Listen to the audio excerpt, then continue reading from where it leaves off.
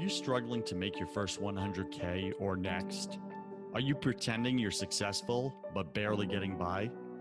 Are you tired of comparing yourself to millionaires and billionaires who make it look so easy? Welcome to First 100K, the #1 entrepreneur voice in America.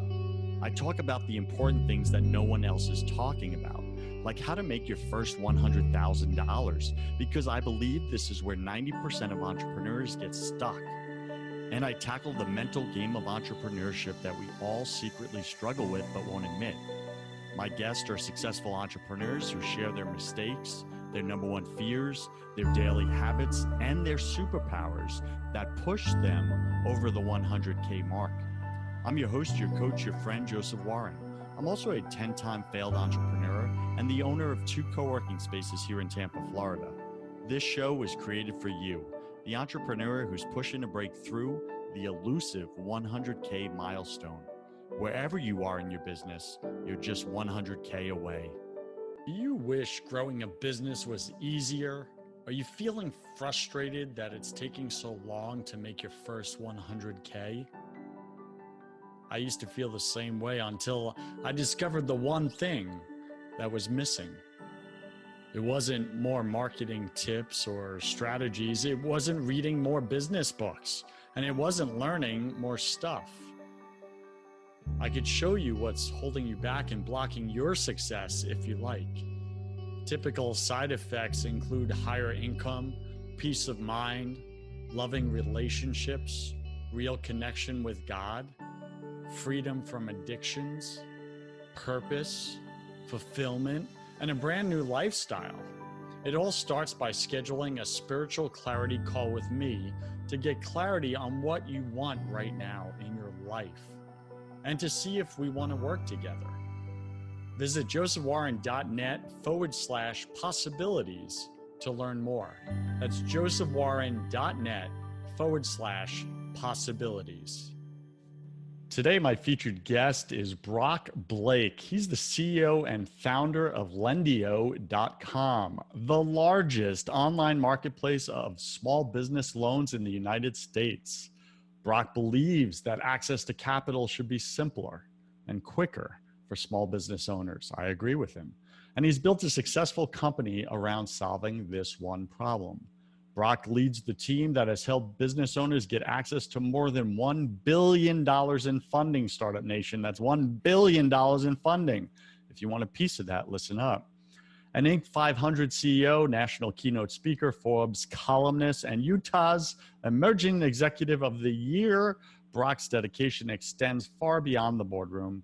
He has shaped a superior company culture. We're going to get into that a little bit, with a humble and hungry team that is passionate about driving results and giving back. And here's what's really caught my eye, Startup Nation. For every loan facilitated on Lendio's marketplace platform, Lendio gives an employee contribution and employer matching program, donates a percentage of funds to low-income entrepreneurs around the world through kiva.org, a fantastic organization. Brock's most important accomplishments, though, come from being a husband and a father of 4. Brock, welcome to your first 100K podcast, my friend. Go ahead and fill in some of the gaps in that intro, would you? Yeah, thanks, Joseph. Excited to be here with you and talk a little bit about being an entrepreneur and building a company and the ups and downs that come with it. There are many ups and downs, my friend. We're going to get into your entrepreneurial journey. And, you know, if you've listened to some of my previous episodes, I tend to focus a little more time on the downs rather than the ups, because I think, you know, listen, if you want to hear about how everybody's winning in the world, like, go listen to other podcasts, right? That's really what they focus on. How'd you make your first 10 million, your 100 million, et cetera? I really focus on the 100,000, the first 100,000, because again, that's where I believe 90% of entrepreneurs again stuck, again stopped, and they don't know how to get through. Why do you think that is? No, I agree. I feel like that first 100,000 is the most critical component of really becoming an entrepreneur, because it will usually determine your fate of whether you'll be successful or not, or whether you'll jump out of the business. And I've got all kinds of war stories from those early years of of trying to be an entrepreneur and scrapping through and living in my parents' basement and taking loans and, and eating ramen noodles and just, fighting every single day to live another day. So I appreciate the work you're doing. Thank you so much. So let's get into that story. Take us back in time and walk us through Lendio, the founding of Lendio. And like, where did the concept come from? Like, was it just this aha moment? You woke up at 2 a.m. and you were just like, I know it. This is what the world needs. And you went out and did it. Or did it start out differently? Take us through that journey real quick. Yeah. So Lendio is actually the evolution of a pivot off a previous business idea that I started. A company called Funding Universe, and how I got started, and I'll start way back then. I came out of college. I was studying at Brigham Young University at BYU, playing soccer there, and I was an entrepreneur. I was doing all sorts of different, buying scooters from China and selling them and different things like that. And I heard about this entrepreneurial competition. It was kind of like the TV show The Apprentice. There was 100 applicants. They narrowed it down to 20. Those 20 went through an 8-week boot camp-like competition, and but it wasn't with Donald Trump saying you're fired at the end. So I entered that competition, and at the end of those 8 weeks, they choose 5 of the entrepreneurs and give them each $50,000 to go start a business. And I was one of the 5, and was able to use that money to go and either buy a business or come up with an idea or start a business or other things like that. And as I was out interviewing and trying to figure out how I was going to, what business I was going to start, I talked to so many other entrepreneurs and business owners, and almost every single one of them, their common pain point was that they needed capital. They needed money to grow. And they weren't experts at getting a capital, but they might have been a great restaurant owner or a great manufacturer or whatever it might be, but they didn't have a solution to getting access to capital. And so early on, we started, well, let's try and solve that problem. Let's connect these entrepreneurs up to angel investors, and we did it through kind of a speed dating type format called speed pitching. And so that's where the idea came from. Was just I was trying to figure out what to do, interviewing a lot of business owners, and almost every single one of them had a common pain point. So Brock, this is where I'm going to lean in a little bit here, because my listeners know I say this often, and I'm going to ask you to kind of like come back with your position on this. Is I believe that the number one reason why small businesses fail is not lack of funding. And I know that's the common popular term out there. And here's my point on it. I don't believe small businesses fail because of lack of funding. I believe it's because of isolation. I believe they isolate themselves. They don't go out and get the resources, funding being one of them. They don't put themselves out and really start sharing their vision, their mission, et cetera, in a vulnerable way and asking for help. Instead, they isolate themselves in their living room or in their garage trying to build this mega startup without accessing the resources such as Lendio.com that they desperately need. So I would love to hear your pushback on that. I don't push back on that. I actually really agree with you on that. I do think that funding is a resource that is needed along the way, but I don't think that's the number one cause of failure. In fact, one of the painful lessons that I learned was that I believe that entrepreneurs fail. It's a similar type concept to what you were just saying, but because business owners are playing business, they get, like you said, caught up in their living room or at their desk or whatever, and they're making sure their business cards look nice and their website looks pretty, and and they like telling the idea of being a business owner. But the reality is that to make it happen, you got to get out there and put yourself out there. You need to go get out from behind the desk. You need to talk to customers, and really you need to focus on revenue. I learned that the hard way, because at one point in my journey, that $50,000 actually dried up. We used it for payroll and different things like that. And I was faced with this moment where it's the Friday before Christmas. We have 8 employees, and I don't have any money to make payroll.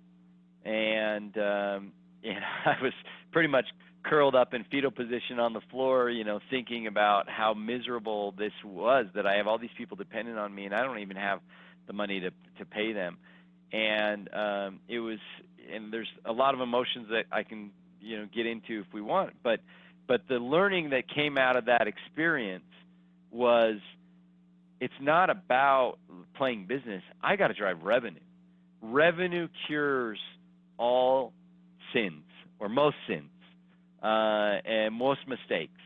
And we need to focus on our customer. Does our product, meet the customer demand? Are our customers willing to pay for that? Do we have a service that is valuable enough to generate revenue?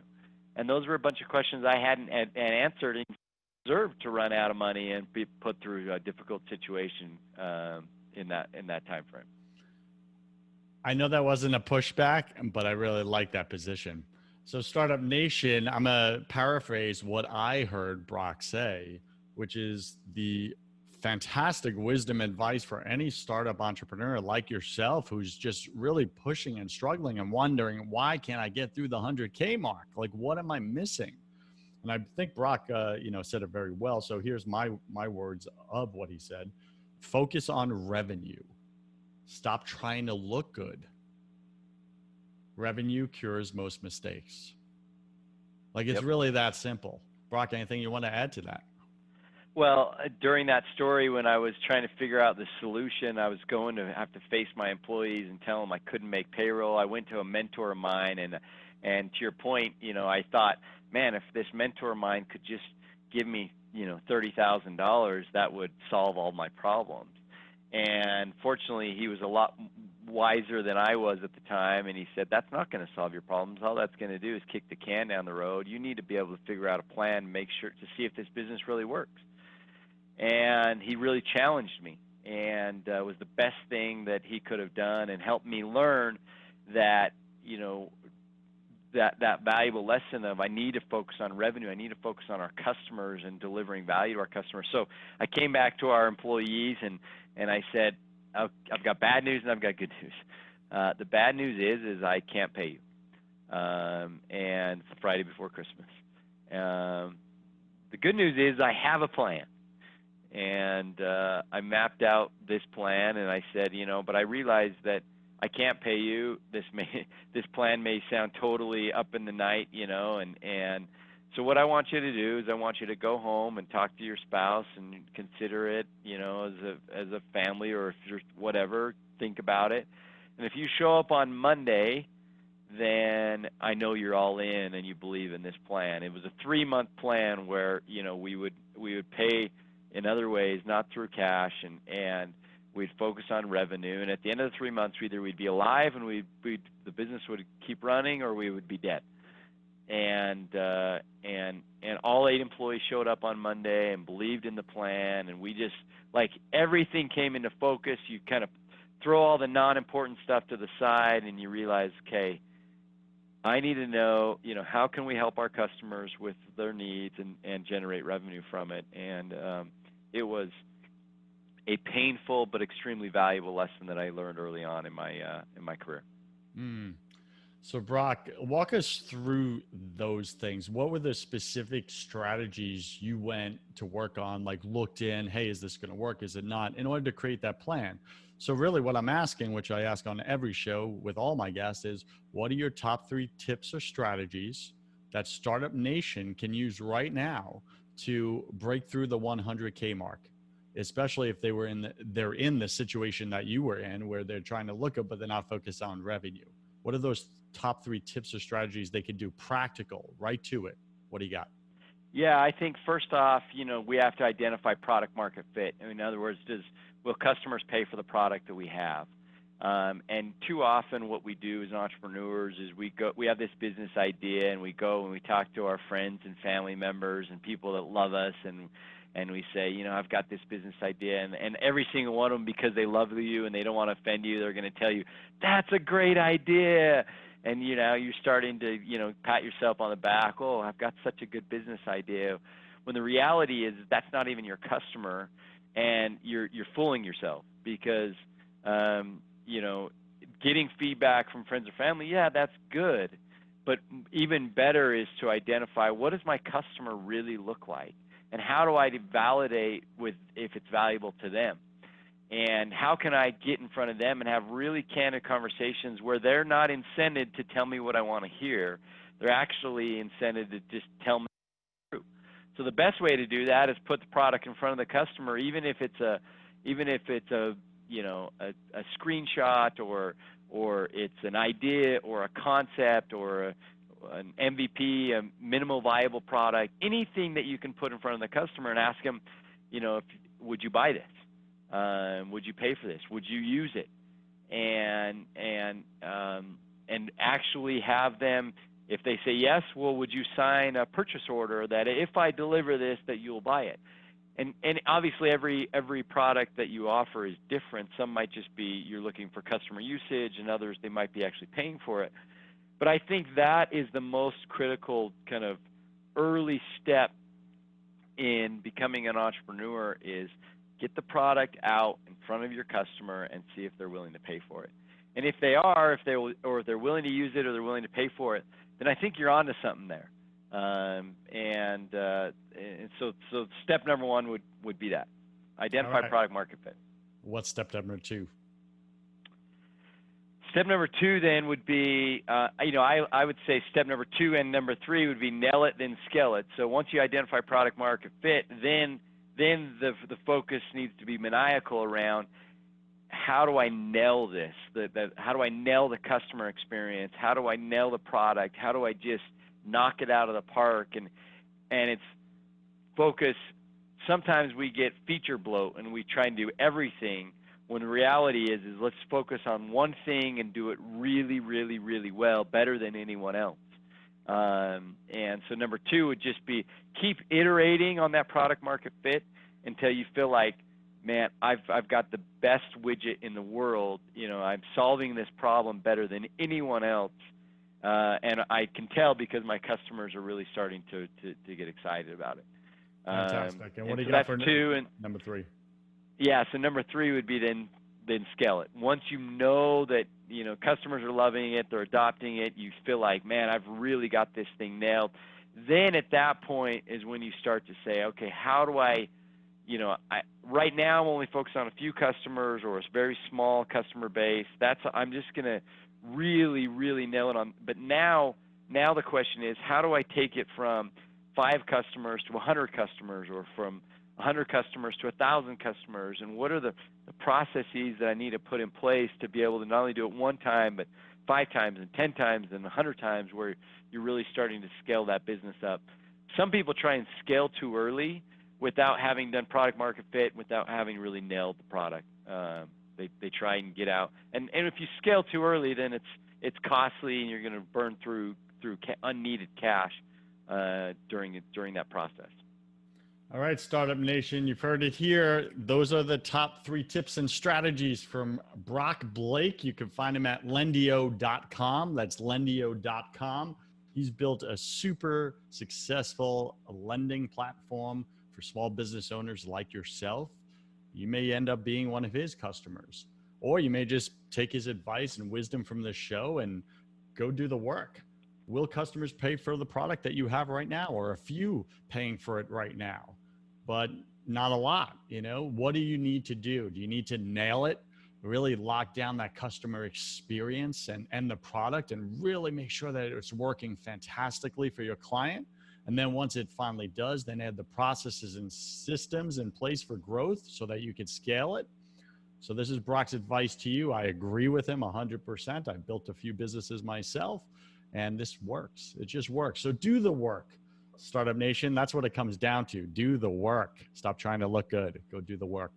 All right, Brock, let's get into what's the number one daily habit that you used almost every day or every day to really sharpen your mental game through those year 1, 2, and 3 of struggle and feelings of not good enough, feelings of not worthy, feelings of I'm a fraud, just that whole mental game of entrepreneurship when you have all the setbacks and failures. What was that daily habit that really kept you mentally strong, spiritually strong while you were dealing with the hustle and grind of growing a business? Yeah, I think sometimes we get so caught up in the hustle and grind of building a business that it becomes all encompassing, and it takes over our life and all consuming. And by the way, all these tips and things are all from mistakes that I've made. I have all kinds of stories behind every single one of them, and so they're not just shared lightly. But this one is one where, I had moments where I was so tied up in the grind of building a business that, things that were really important to me started taking a back burner. Such Uh, as you what? know, such as, like, for me, I really like to learn and study. I have, every single morning I have 30 to 60 minutes for personal meditation and study time, whether that's spiritual or kind of educational learning.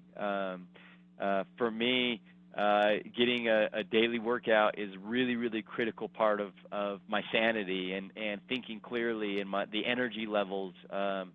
I am married with 4 kids, and weekly time with my wife is and strengthening that relationship and being vulnerable with her around what's working, what's not working, and her support and just time together is important. Or undistracted time with my kids at their football games or their dance recitals or things like that. So there were times where a lot of that would be I would lose my focus, and I would be so focused on, I got to get this business off the ground, that some of those things that are priority take a back burner, and you just start skipping out on them, and it burns you out so quickly. You actually it's this weird, at least for me, I found that when I make time for those things that are the most important in my life, when I make time to be with, spend time with my wife, and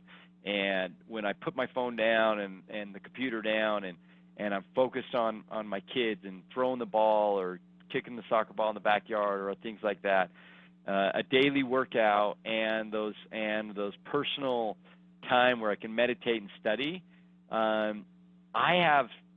think more clearly. I'm more efficient in the hours that I'm working. I have more energy. I'm happier. I'm more optimistic. I solve problems better. And so, I think sometimes we think that to be an entrepreneur, it just has to take over everything in your life. And it leads to anger and frustration, and it's harder to get through setbacks and trials.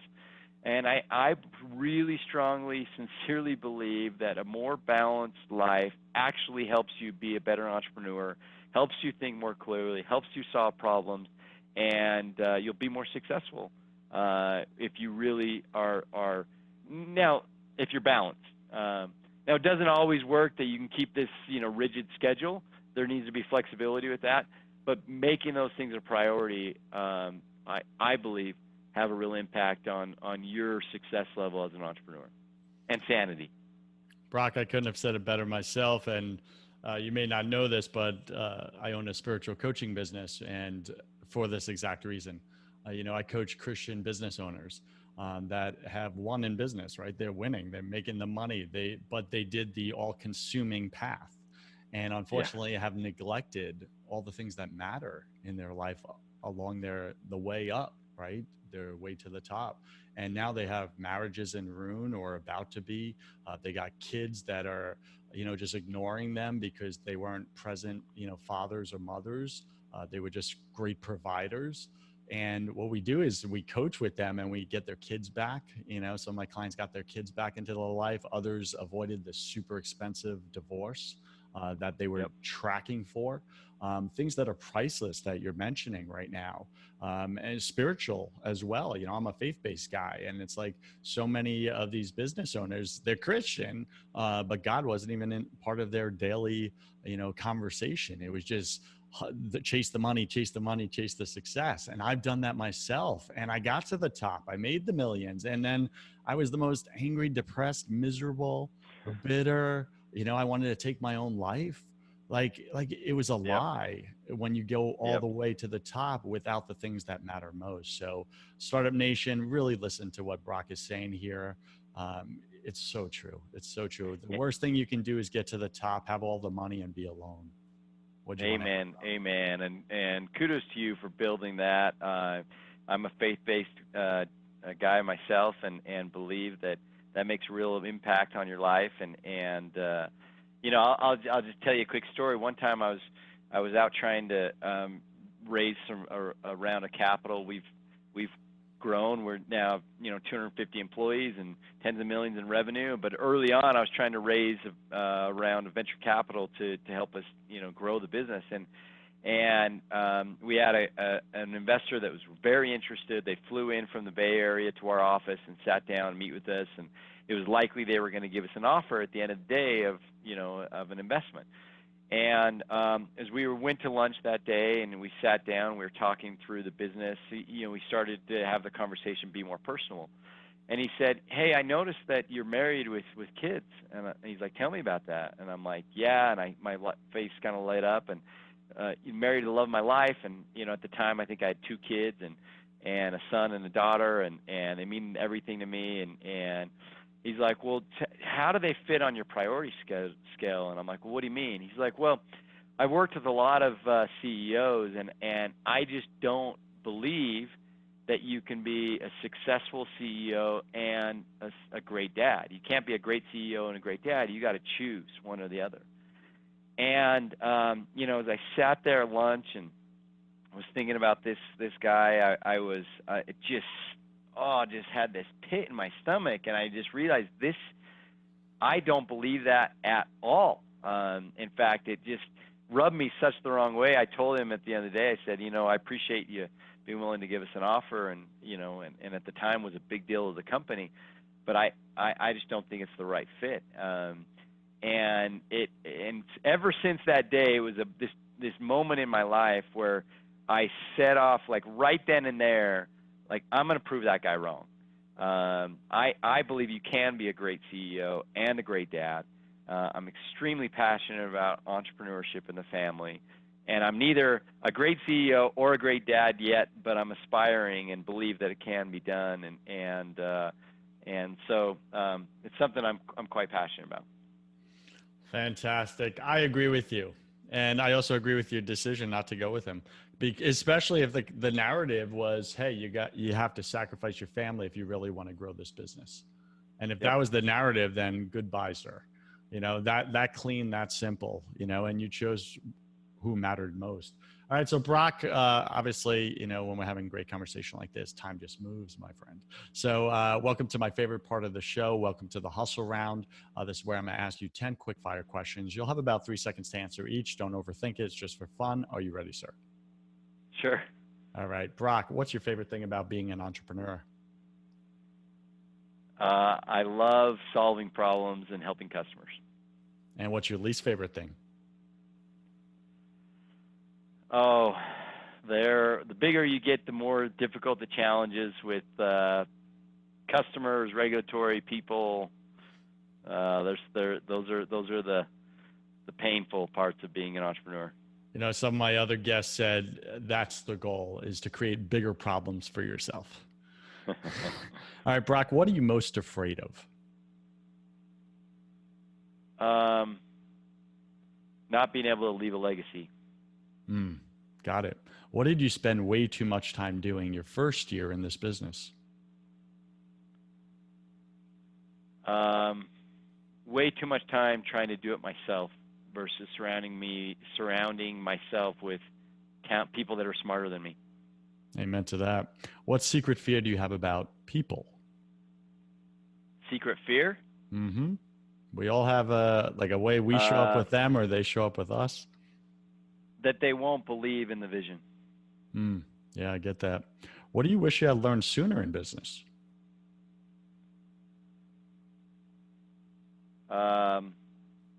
Focusing on customers. Yeah, me too. What's a new habit you want to form? I want to start a podcast. Nice. Look at that. Easy enough. And what's a bad habit you want to break? Being on my phone when my family's around. Got it. Pick 3 words to describe who you are now. Well,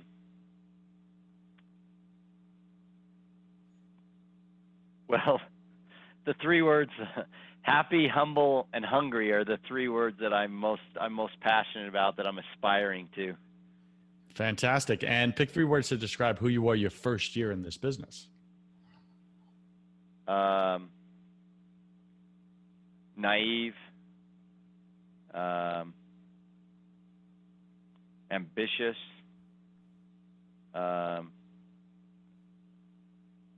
prideful. You're reminding me a lot of myself, my friend. Just putting that out there. And last question, Brock, if you could come back to life after you died, look your wife and your children in the eye and give them only one piece of advice, what would you say to them?